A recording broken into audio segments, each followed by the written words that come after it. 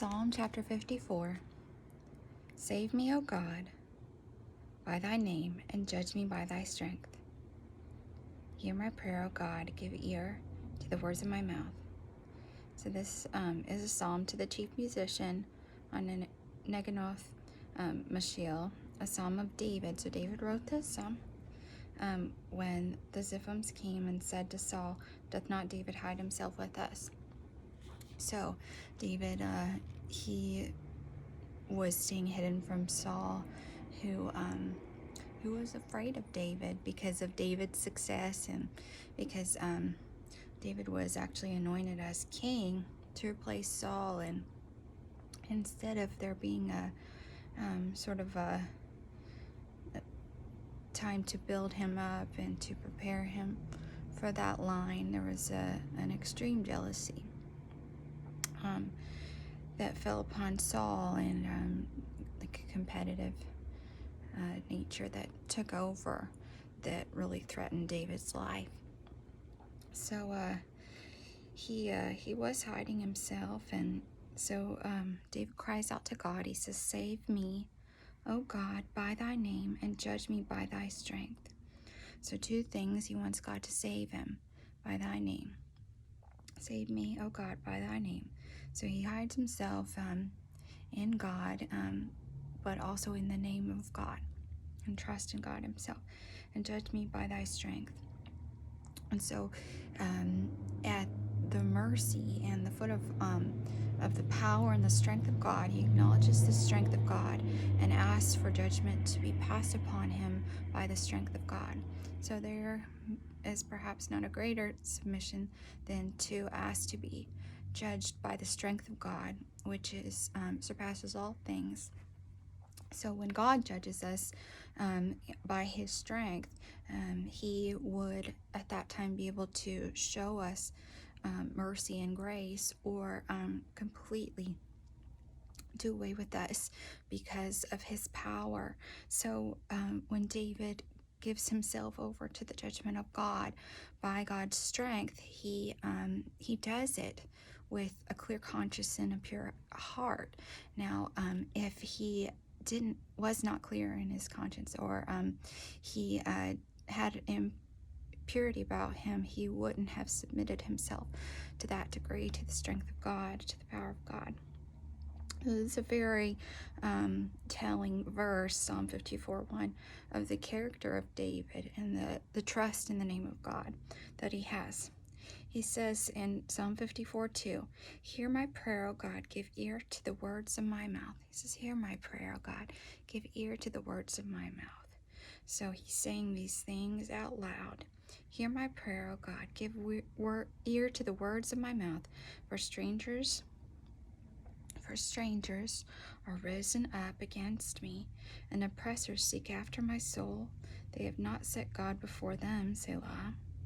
So for strangers are risen up against me. These are people that are unfamiliar to him, and familiar to who he is, the essence of who he is, his soul. They may know about a reputation, or they may know about Saul's emotions regarding David, but they do not know him. They are strangers to who he is, and they are strangers to who he is in God. So he says, for strangers are risen up against me. For strangers are risen up against me, and oppressors seek after my soul. So these are both strangers to who he is, and people that oppress, people who are oppressive. And by nature they are oppressive, but they are in action oppressive at this time. They seek after, he doesn't say his body, but he says his soul. So it seems that there is a deeper spiritual element in that they seek after his soul. So not just to kill the body, but also to seek someone's soul would be to lead them into to darkness even, and it does seem like something the enemy would be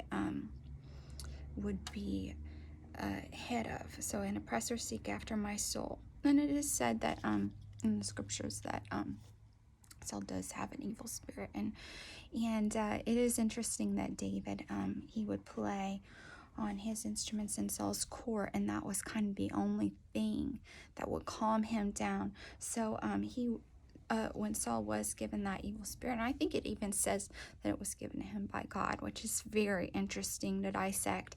And the trust that we have in God is that that His plan for us and for the people of Israel and for His children is an incredible plan.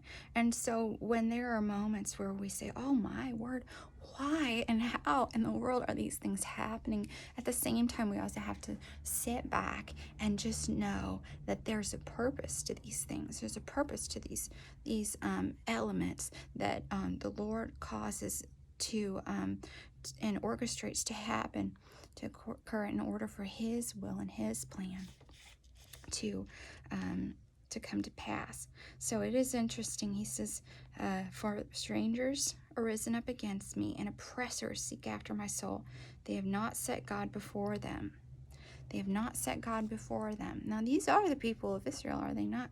But they have not set God before them. They do serve Saul, but do they serve God? They do not. They haven't set God before them. But he puts his trust in the name of God, and he puts his faith in God. He prays to God. Oh God, give ear to my to the words of my mouth.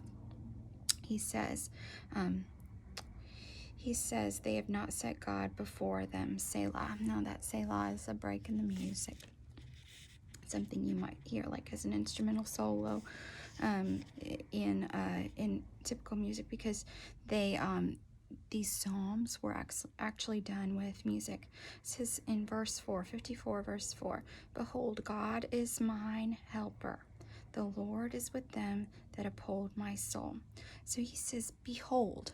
And look at this, behold, just look, everybody look.